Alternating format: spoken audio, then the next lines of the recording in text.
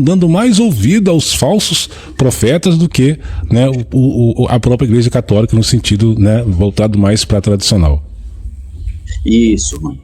Vamos ensinar o nosso pessoal, o povo de Deus, a saber confrontar o protestante. Confrontar no sentido bom, gente, não é brigar com ninguém na rua, nem discutir, mas é aquilo que eu falo. Quando você está no meio de 3 pessoas, 4, você defendendo a palavra viva de Deus, defendendo a sua fé católica tradicional, e o protestante chega e começa a falar. Se você virar as costas e for embora, né, você demonstra humildade, certo? Porém, a pessoa que é neutra na questão, como essa pessoa vai ficar pensando? O que essa pessoa vai pensar, né? Se você simplesmente não souber o que argumentar, né? O profeta uma vez fizeram isso com o profeta, ele contou, inclusive, né? Tem um vídeo dele contando, acho que foi num dos programas dele, que está gravado, que ele fala assim, que bateram na porta dele vários protestantes, né? Vários 4 ou 5, e eles começaram a querer falar na cabeça do profeta, aquilo, outro. O Espírito Santo soprou no ouvido do profeta e ele fez uma pergunta. O profeta disse assim, tá bom, suponhamos que a minha igreja esteja errada, que a igreja católica esteja completamente errada, qual de vocês está certo? Eles começaram a discutir entre eles e o profeta deixou eles falando sozinho, né? Então, é a demonstração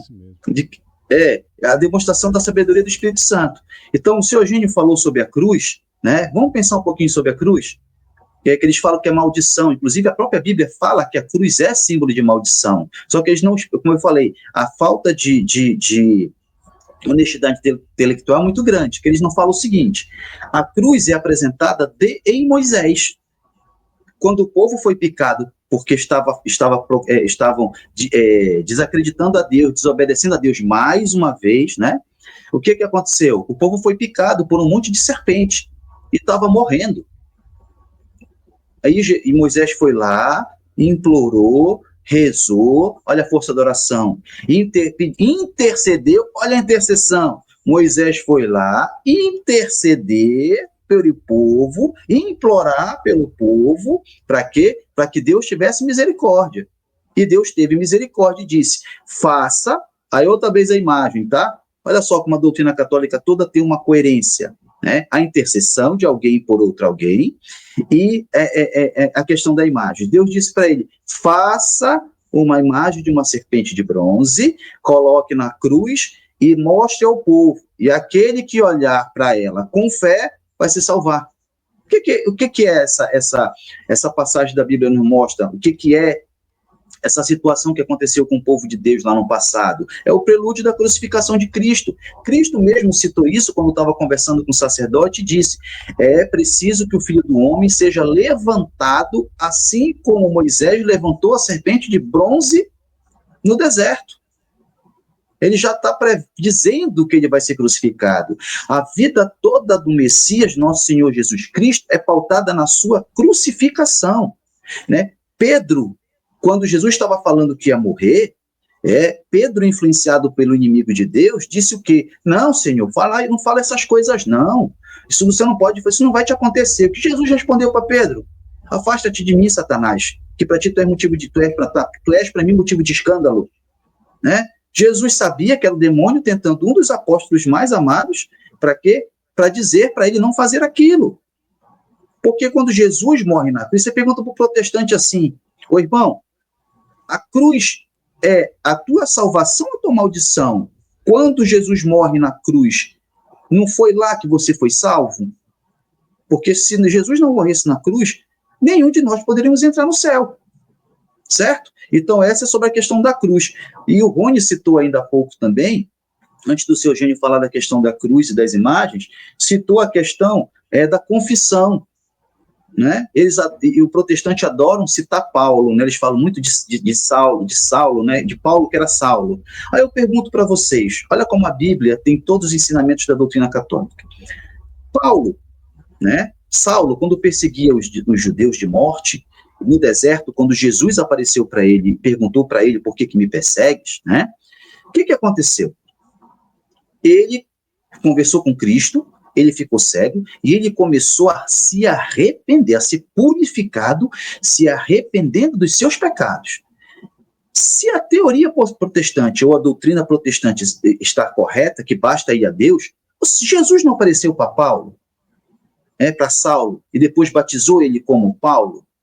E Jesus não tinha confessado ele já não tinha confessado com Jesus já não tinha livrado eles do pecado, segundo a doutrina protestante. Então, por que que Jesus manda Ananias ir ter até Paulo, e Ananias, quando chega com Paulo, qual é a primeira coisa que Paulo faz quando encontra com Ananias? Se confessa. Eu sou um homem perverso, eu mereço a morte. Ele está fazendo o que ali com Ananias, que é um discípulo de Cristo? Está se confessando, gente. É a confissão, é arrependimento, apelando para a misericórdia de Deus e se confessando. Por que o protestante fala que tem que se confessar com Deus? Por que o diabo manda, através da boca do protestante, você se confessar só com Deus, só com Jesus? Porque é muito cômodo você fazer isso. Duro é você chegar na frente de alguém, de um sacerdote, um representante de Cristo, e você falar os seus pecados.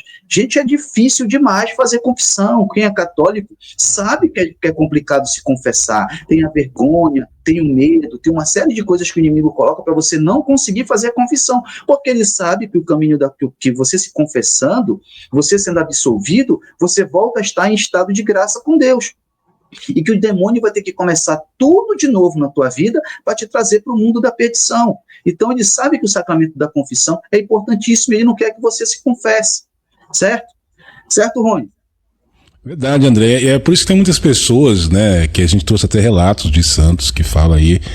Uma santa teve uma visão que muitas pessoas estavam indo para o inferno porque estavam escondendo os pecados, né, porque tinha vergonha de contar os pecados pelo sacerdote. Você está falando aí que às vezes a pessoa, né, assim, diante de um homem em si, às vezes fica com vergonha de contar, de expressar, né, de falar.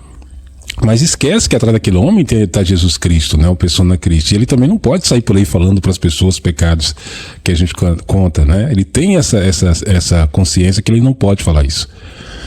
Então assim, é mais uma tática que eles usam, né? Nessa questão que você mencionou aí, da cruz e das imagens também, né? E uma tática também que os falsos profetas usam também é na questão do batismo, né? Que eles falam que tem que batizar depois de grande, que o batismo, quando é criança, não é válido na Igreja Católica, né? Então muitos já chegaram, até para mim mesmo, na época, perguntou se eu era batizado, eu falei que já era batizado, que não é necessidade de batizar novamente, né?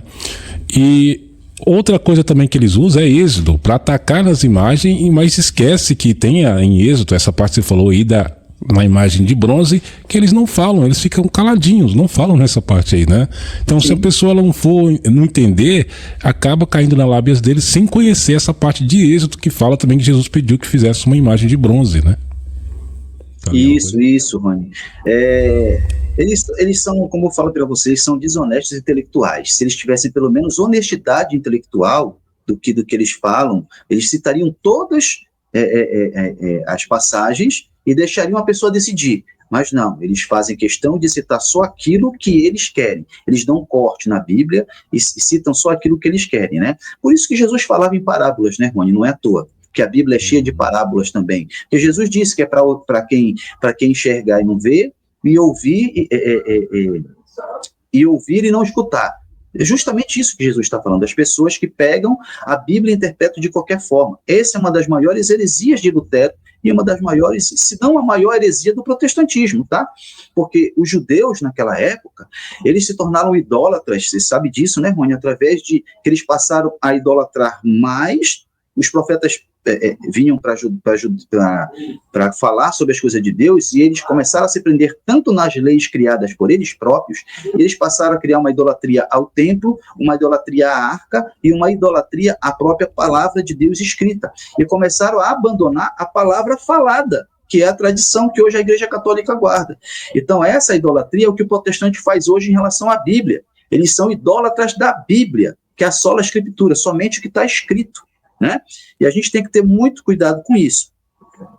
Eu vou ler aqui, Rony, se você me permitir, Mateus 7, de 15 a 20, que diz assim, ó, Mateus capítulo 7, versículo 15 a 20. Guardai-vos dos falsos profetas, que vêm a vós disfarçados de ovelhas, mas por dentro são lobos ferozes. pelos seus frutos os reconhecereis. Por acaso, colhe-se uvas dos espinheiros ou figos dos cardos? Do mesmo modo, toda árvore boa dá bons frutos, mas a árvore má dá frutos ruins. Uma árvore boa não pode dar frutos ruins, nem uma árvore má dá frutos bons, dá bons frutos. Toda árvore que não produz bom fruto é cortada e lançada ao fogo. E pelos seus frutos, portanto, que vos reconhecereis. Então, essa passagem está falando claramente dos falsos profetas nesse período. Aí, se você puder procurar para mim, o seu Eugênio, que o seu Eugênio é bem rápido para procurar, a questão que Jesus fala da questão das ovelhas e do mercenário, também está falando sobre isso, está falando que o verdadeiro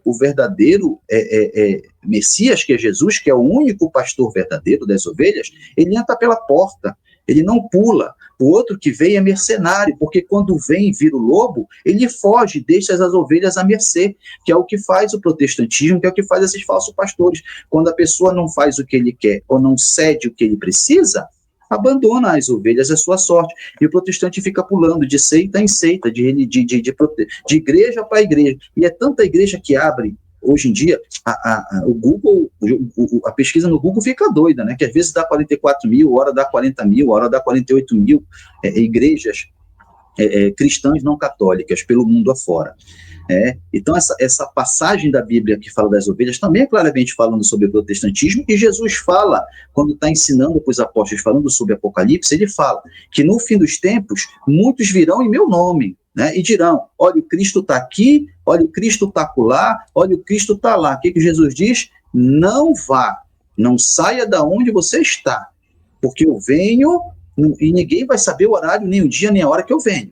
Não é a pessoa dizendo que vai vir. Quem que fazem isso? São os protestantes que ficam cravando o dia, como você falou no início do programa.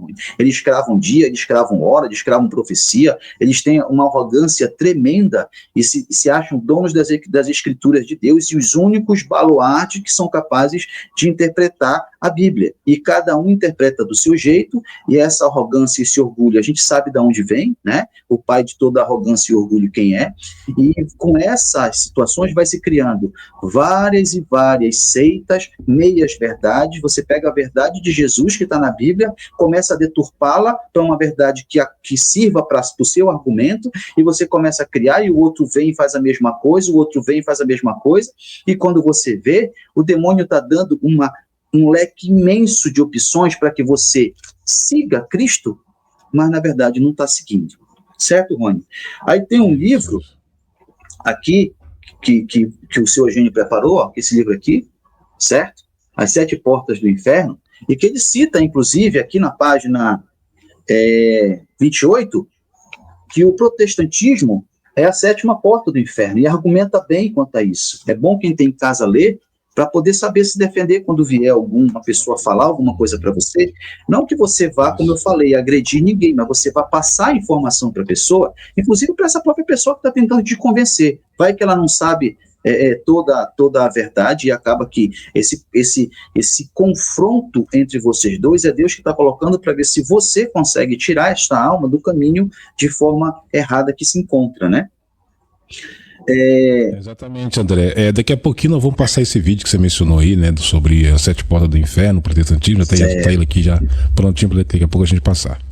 Eu quero, falando sobre o batismo, eu quero ler umas passagens do batismo, que muitos protestantes, sabe por que aconteceu isso? Acontece isso que os pais não ensinam os filhos. Os pais não ensinam as crianças dos seus filhos. Depois chega um pastor desse aí, pega a Bíblia, olha, olha, católico adora a imagem, Jesus foi batizado depois de grande, tem que batizar a criança depois de grande. E as pessoas não sabem a verdade e vão caindo na lábia. Inclusive, o padre Moisés explicou bem certinho por que Jesus foi batizado depois de grande. Jesus não tinha pecado. Por que ele deixou ser batizado depois de grande? Sabe por quê, Rony? Você viu o padre Moisés falando? Porque Jesus, naquela hora, ele assumiu os nossos pecados. Jesus batizado de grande, porque ele assumiu ele carregou todos os pecados para si, para ele. Ele sofreu por nós na cruz. E os crentes não sabem dizer, tá vendo? Jesus foi batizado só depois de grande. Eu vou ler com umas passagens aqui, ó. Alguns textos bíblicos indicam que batismo feito por imposição em Atos Apóstolos 8:36 a 38. Lemos sobre o batismo do eunuco egípcio, etíope.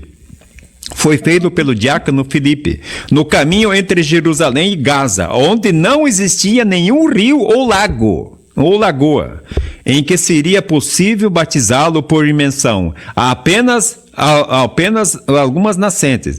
Em Atos Apóstolos 18:19 diz assim, relata o batismo de Saulo, convertido numa casa de Damasco. Não havia piscina nem tempo para batizar por imersão, pois lemos, imediatamente caíram dos olhos como escamas, e recuperou a vista, lavando-se e foi batizado, tomando alimento e recuperou as forças. Igualmente em Filipos, Atos Apóstolos 16:33 diz assim, São Paulo batizou o carcereiro convertido. Naquela hora da noite, o carcereiro lavou-lhes as chagas. Imediatamente foi batizado por ele e toda a sua família. E nos cárceres romanos, na cadeia, lá no prédio, não tinha piscina, não tinha lago, não tinha nada. Como no caso acima, assim também a ocasião do batismo de Lídia, em Estefanas. São Paulo menciona que Lídia recebeu o batismo com todos os da sua casa.